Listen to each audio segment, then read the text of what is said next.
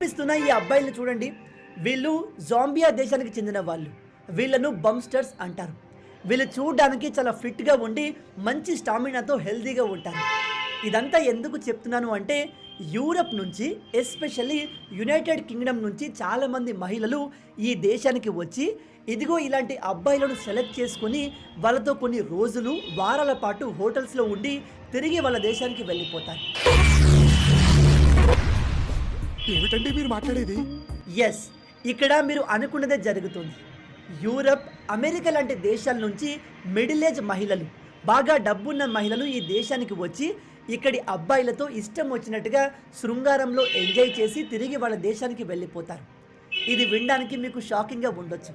కాకపోతే ఇది వాస్తవం. దీన్నే సెక్స్ టూరిజం అంటారు. ఈ రకమైన టూరిజమే ఈ దేశానికి one of the major income source. Europe నుంచి వచ్చే ఈ మహిళలు ఇక్కడి